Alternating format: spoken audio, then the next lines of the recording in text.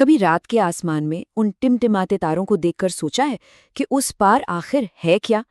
चलिए आज हम एक ऐसे ही सफर पर निकलते हैं। एक सफर हमारे अपने घर, हमारे ब्रह्मांडीय मोहल्ले यानी सौरमंडल की गहराई में। तो ये देखिए, ये है हमारे सौर परिवार की एक तस्वीर। एकदम बीच में है परिवार के मुखिया हमारे सूर्य, और उनके चारों ओर चक्कर काटते हुए ये 8 ग्रह। हर किसी का अपना एक अलग अंदाज है, अपनी एक अनोखी कहानी है, और ये सब मिलकर एक ऐसा परिवार बनाते हैं जिसकी हम आज सैर करने वाले हैं। तो फिर देर किस बात की, अपनी यात्रा की शुरुआत ठीक वहीं से करते हैं जहां से सब कुछ शुरू होता है, उस तारे से जो इस पूरे परिवार को एक साथ बांधे रखता है। ये है सूर्य, हमारे सौर मंडल का धधकता हुआ दिल।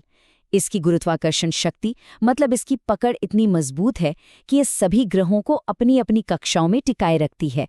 ये सिर्फ हमें रोशनी और गर्मी ही नहीं देता, बल्कि यही वो तारा है जिससे हमारे पूरे सौरमंडल ने जन्म लिया है। चलिए अब सूर्य से थोड़ा आगे बढ़ते हैं और मिलते हैं आंतरिक ग्रहों से। ये 4 ग्रह चट्टान और धातु से बने हैं, एकदम ठोस, और ये हमारे सौरमंडल के भीतरी इलाके में बसे हुए हैं। हमारा पहला पड़ाव है बुध। ये सौर परिवार का सबसे छोटा और सबसे फुर्तीला सदस्य है। और हाँ, एक अजीब बात है, सूर्य के इतना पास होने के बावजूद भी यहाँ दिन में तो झुलसा देने वाली गर्मी होती है, लेकिन रातें एकदम बर्फीली हो जाती हैं। अगला नंबर है शुक्र का, जिसे अक्सर पृथ्वी की जुड़वा बहन भी कहा जाता है। पर इसकी खूबसूरती धोखा दे सकती है। इन खूबसूरत बादलों के नीचे का माहौल इतना गर्म और दबाव वाला है कि वहां सीसा भी पिघल जाए। तो हाँ, इसे दूर से ही निहारना बेहतर है। और ये है हमारा घर, पृथ्वी। अंतरिक्ष के इस गहरे अंधेरे में एक चमकता हुआ नीला मोती। अब तक हम जितना भी ब्रह्मांड जानते हैं, उसमें यही वो अकेली जगह है जहां जिंदगी है, जहां जीवन मुस्कुराता है। इसके नीले महासागर, हरे भरे जंगल और ये हवा, सच में ये अनमोल है। पर पृथ्वी इस सफर में अकेली नहीं है। इसका एक वफादार साथी भी है, हमारा चांद। ये सिर्फ रात में हमें रोशनी ही नहीं देता, बल्कि हमारी धरती का संतुलन बनाए रखने और समुद्र में ज्वार भाटा लाने के लिए भी जिम्मेदार है। हमारी चट्टानी दुनिया की यात्रा का आखिरी पड़ाव, मंगल। इसकी सतह पर मौजूद लोहे की वजह से ये लाल दिखता है, और इसीलिए इसे लाल ग्रह भी कहते हैं। वैज्ञानिक मानते हैं कि शायद बहुत पहले यहाँ कभी पानी की नदियाँ बहती थीं। यही उम्मीद हमें भविष्य में जीवन की खोज के लिए प्रेरित करती है। अब देखिए, आंतरिक और बाहरी ग्रहों के बीच एक बहुत बड़ी पट्टी है। इसे क्षुद्र ग्रह बेल्ट कहते हैं। ये सौरमंडल के बनने से बचे हुए लाखों चट्टानी टुकड़े हैं, जो एक तरह से सौरमंडल के 2 अलग-अलग हिस्सों के बीच सीमा का काम करते हैं। तो चलिए अब इस सीमा को पार करते हैं और मिलते हैं बाहरी सौरमंडल के दिग्गजों से। ये गैस और बर्फ के बने विशाल गोले हैं, इतने बड़े कि इनकी कल्पना करना भी आसान नहीं है। और ये है ग्रहों का राजा, बृहस्पति।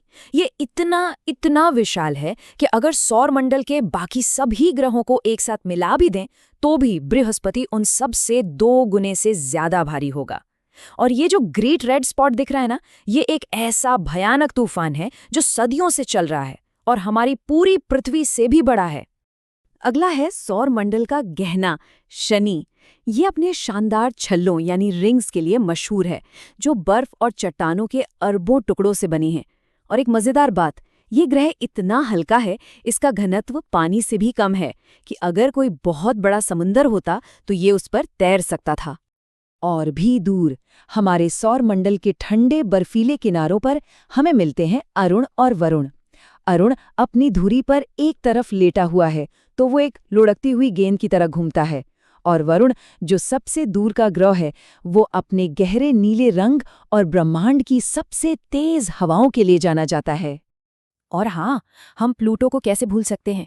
ठीक है, अब इसे बौना ग्रह कहा जाता है क्योंकि ये ग्रह होने की सारी शर्तें पूरी नहीं करता, लेकिन ये आज भी हमारे सौरमंडल के बाहरी हिस्से का एक बहुत ही दिलचस्प और बर्फीला सदस्य है। हमने ग्रहों की सैर तो कर ली, पर चलिए अब एक खगोलीय नाटक पर भी नजर डालते हैं, ग्रहण। ये असल में सूर्य, पृथ्वी और चंद्रमा के बीच लुका छुपी का एक शानदार खेल है।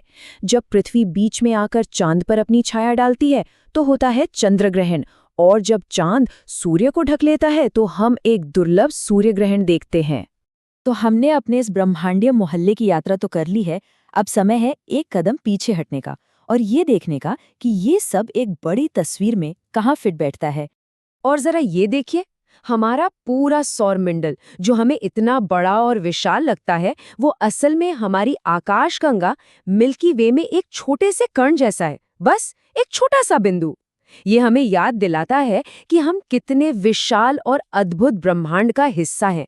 सच में ये नज़ारा हमें बहुत छोटा महसूस कराता है ना? तो जब हम अपनी ये यात्रा खत्म कर रहे हैं तो एक सवाल जहन में आता है कि हमने तो बस अपने घर का आंगन देखा है। इसके आगे और न जाने कौन कौन से रहस्य और चमत्कार हैं जो खोजे जाने का इंतजार कर रहे हैं। ब्रह्मांड अनंत है और हमारी खोज तो अभी बस शुरू हुई है।